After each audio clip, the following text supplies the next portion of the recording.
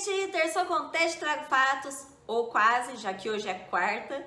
Mas, como eu prometi pra vocês e não consegui gravar ontem, hoje tem vídeo. Então, hoje é quarta, mas a gente finge que terçou com texto, trago fatos. Então, como sempre, peço pra você me ajudar. Se inscreve, curte, comenta, compartilha. Vai lá nas minhas redes sociais que estão aqui embaixo, lá no meu Instagram, no meu Twitter, que eu gosto muito de conversar sobre todos os casos que eu trago pra cá. Gosto de ideias para novos casos. E se você não viu ainda, a playlist tá aqui. Acompanha a playlist toda porque me ajuda muito. E aí também a gente pode conversar sobre os casos que já estão aqui antes.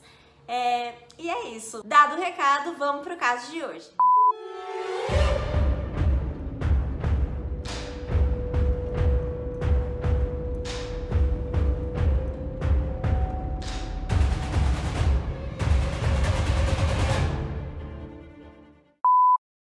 Mércia Mikie Nakashima nasceu no dia 6 de outubro de 1981 em Guarulhos, São Paulo. Ela era filha de Janete e Makoto Nakashima, tinha 28 anos, era advogada, muito focada na carreira dela, muito inteligente, era muito focada nos objetivos de vida que ela tinha. Muito família também, ela sempre estava rodeada da família, gostava muito de ficar com a família.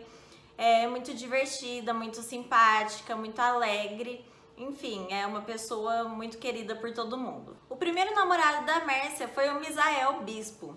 Ele era advogado também. Ele passava assim ser muito inteligente, vir de uma família muito humilde, e ele contava sempre essa história de que a família dele era muito humilde. Ele foi o único que conseguiu fazer uma faculdade, que conseguiu se sobressair. E passava muito essa faceta de pessoa modesta. Ele falava que nunca teve um aniversário na vida, uma festa, né, de aniversário, e a família da Mércia até chegou a fazer uma festa de aniversário para ele, porque ele falou que ele nunca tinha visto isso na vida, que nunca tinha tido, para passar cada vez mais essa faceta assim de pessoa humilde mesmo. O Misael conheceu a Mércia porque ele perdeu o parceiro dele no escritório de advocacia e ele precisava colocar alguém no lugar. E ele conhecia a irmã da Mércia. E a irmã sugeriu a Mércia para colocar no lugar, já que ela tinha acabado de se formar e ia ser muito interessante para ela ser sócia, né, no escritório de advocacia. Então a Mércia entrou para esse escritório, os dois ficaram colegas, ficaram amigos e começaram a namorar.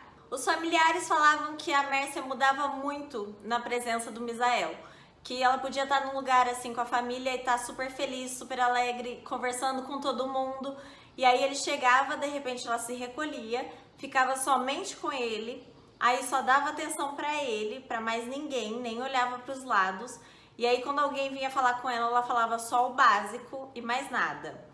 Falavam que o Misael era extremamente ciumento e que ele seguia ela para todo lado para saber onde ela estava indo. Esse relacionamento durou 4 anos até que a Mércia, né, se cansou desse ciúme todo e terminou com ele. Mas eles continuavam em contato constante. Eles sempre estavam trocando e-mails e nesses e-mails ele intercalava entre querer voltar com ela e falar de um jeito todo romântico e em tons mais de ameaça, se mostrando assim desesperado para tê-la de volta. A Mércia sempre acabava falando com ele quando ela precisava de alguma coisa que ele intervindo assim seria benéfico para ela. E ele aproveitava esses momentos para sempre estar na vida dela. Mércia desapareceu dia 23 de maio de 2010.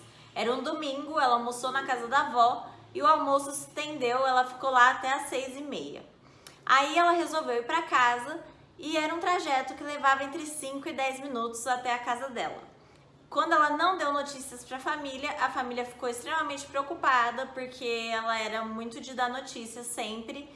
E a última ligação que ela recebeu antes de sair da casa da avó foi do ex-namorado dela. No dia 25 de maio, a família começou de forma ostensiva a procurar pela Mércia. No dia 27 de maio, Misael foi, assim, sem ser notificado, para dar depoimento para a polícia. No dia 31 de maio, no entanto, ele já foi lá para dar um depoimento como sendo suspeito do caso. O Misael relatou que ele tentou falar com a Mércia no dia do desaparecimento dela, mas que ela não atendeu o telefone. E aí ele foi questionado de por que o carro dele estava nas proximidades da casa da avó da Mércia nesse dia então. Mas ele falou que não tinha nada a ver, que foi uma coincidência. Ele estava no carro com uma garota de programa, mas nunca deu detalhes sobre essa garota de programa. Ninguém sabe quem é, nenhuma descrição, nada. O delegado Antônio Assunção de Olim foi o responsável por investigar o desaparecimento da Mércia. Ele então chamou o Misael lá para fazer algumas perguntas. O delegado foi muito perspicaz, ele fez um excelente trabalho. Quando ele chamou o Misael para responder algumas perguntas, uma delas foi se o carro dele tinha seguro. E o Misael falou, lógico que meu carro tem seguro. E a partir daí, o delegado conseguiu descobrir que o carro dele tinha um rastreador. E aí foi inclusive a Mércia que colocou o rastreador no carro do Misael. Então, ele conseguiu, através desse rastreador, puxar até 90 dias antes do desaparecimento os locais e os horários que o Misael foi, em todos os lugares, através desse rastreamento. Ele percebeu que o Misael, um mês antes do crime, ia muito num posto. Ele ia sem parar nesse posto todos os dias por um mês e ficava lá parado, um bom tempo. Depois ele descobriu que o carro ficava parado em um lugar que as câmeras não pegavam muito bem. Na sexta-feira anterior ao desaparecimento da Mércia, ele relatou que ele e ela foram juntos ao cinema. E aí ele mostrou um ticket de estacionamento pago, o que não é muito comum, porque geralmente as pessoas pagam o estacionamento e jogam fora aquele ticket depois que passam, né? Então o delegado ficou meio ressabiado com essa informação, porque ele teria guardado isso como prova, né? Aí ele disse que no sábado ela foi na casa dele comer uma pizza. E isso mostrou que também os dois, apesar de um ex-casal, tinham muita proximidade, né? Pra ela ir na casa dele comer uma pizza. E pra família, ele falou que não tinha contato com a Mércia fazia mais de 2 meses, que o último contato deles foi por MSN. Após muitas denúncias recebidas, muitas falsas, muitas que não levaram a lugar nenhum, surgiu uma testemunha que foi crucial para o caso. Um pescador que estava numa represa em Nazaré Paulista disse que ele estava pescando no dia que ele viu um carro, que era um Honda Fit, que era o carro da Mércia, sendo empurrado para baixo da represa e que ele afundou e desapareceu. A partir daí ele foi lá, mostrou o local, falou, foi aqui que o carro afundou. E os bombeiros começaram uma busca pelo carro e não achavam de maneira alguma. Tanto que eles perderam as esperanças de encontrar o carro, mas o pai da Mércia ficou insistindo para eles que ele tinha caído naquela localização e que era para eles acharem o carro ali.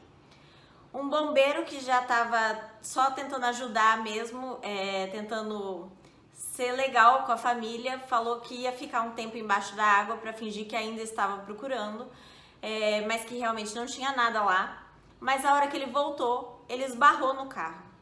Então acharam o carro, era mesmo Honda Fit, e a hora que eles tiraram da água, eles abriram o porta-mala, tinha um colchonete enrolado. O irmão da Mércia falou que eles passavam alguns finais de semana em um sítio que ficava em outro lugar. Então alguém sempre levava um colchonete para caso faltasse colchões para todo mundo. E que a Mércia tinha levado exatamente aquele colchonete da última vez. E não tinha corpo.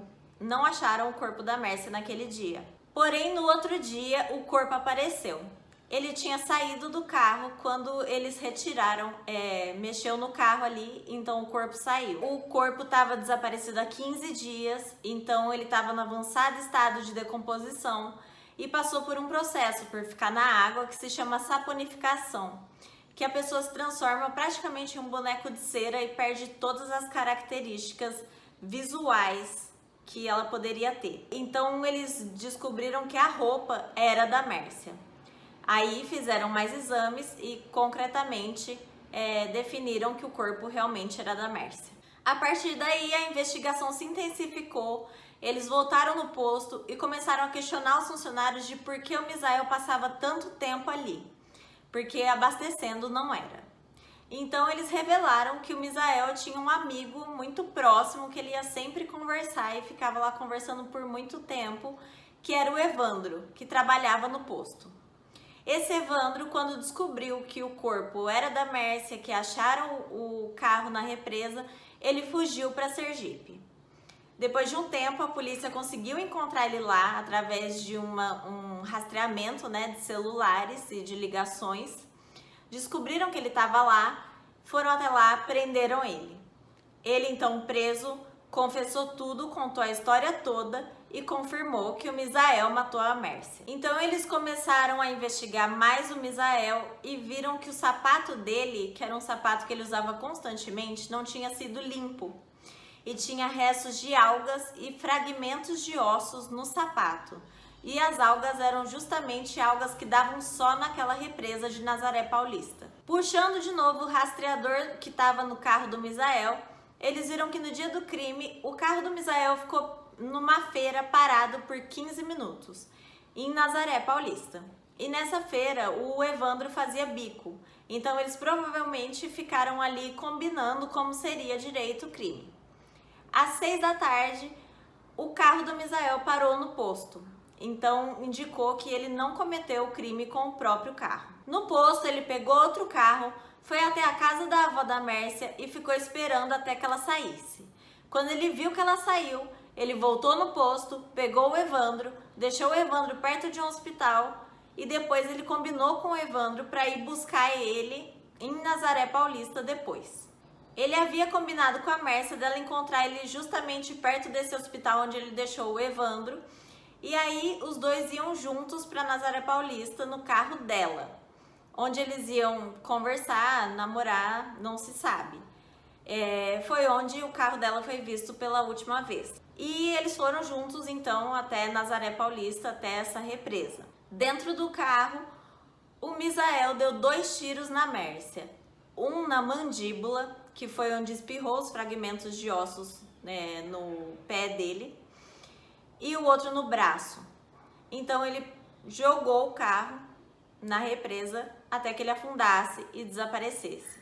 A Mércia não estava morta nesse momento, ela morreu afogada. O Evandro então foi lá buscar ele, levou ele de volta para o posto. O Misael pegou o próprio carro no posto e foi embora. O Misael, depois de ser condenado a 20 anos em março de 2013, após apelação do Ministério Público, teve a pena ampliada em junho de 2017 a 22 anos e 8 meses em regime fechado pela morte de Mércia Nakashima. Foram consideradas circunstâncias agravantes que qualificaram o crime: motivo torpe, fim do namoro, emprego de meio cruel, tiros em pontos vitais, né, do corpo e impossibilidade de defesa da vítima. Ele cumpre pena no Presídio Militar Romão Gomes, na capital. O Evandro foi condenado em julho de 2013 a 18 anos e 8 meses de prisão por homicídio doloso com 2 qualificadoras, meio cruel e recurso que impossibilitou a defesa da vítima. Então é isso, gente. Esse foi o caso de hoje. Espero que vocês tenham gostado. Eu gosto desse caso e quis trazer para o canal porque eu achei a investigação do delegado perfeita, impecável. E se não fosse ele, eu acho que esse caso não daria em nada. E por isso que eu trouxe para vocês, porque eu achei assim, a Mércia, graças a Deus, tá descansando em paz e é por causa desse delegado. Ele trouxe justiça para a família. Vocês me contam aqui nas redes sociais ou nos comentários o que vocês acharam do caso. Tô esperando vocês lá e aqui. E é isso, a gente se vê na próxima terça.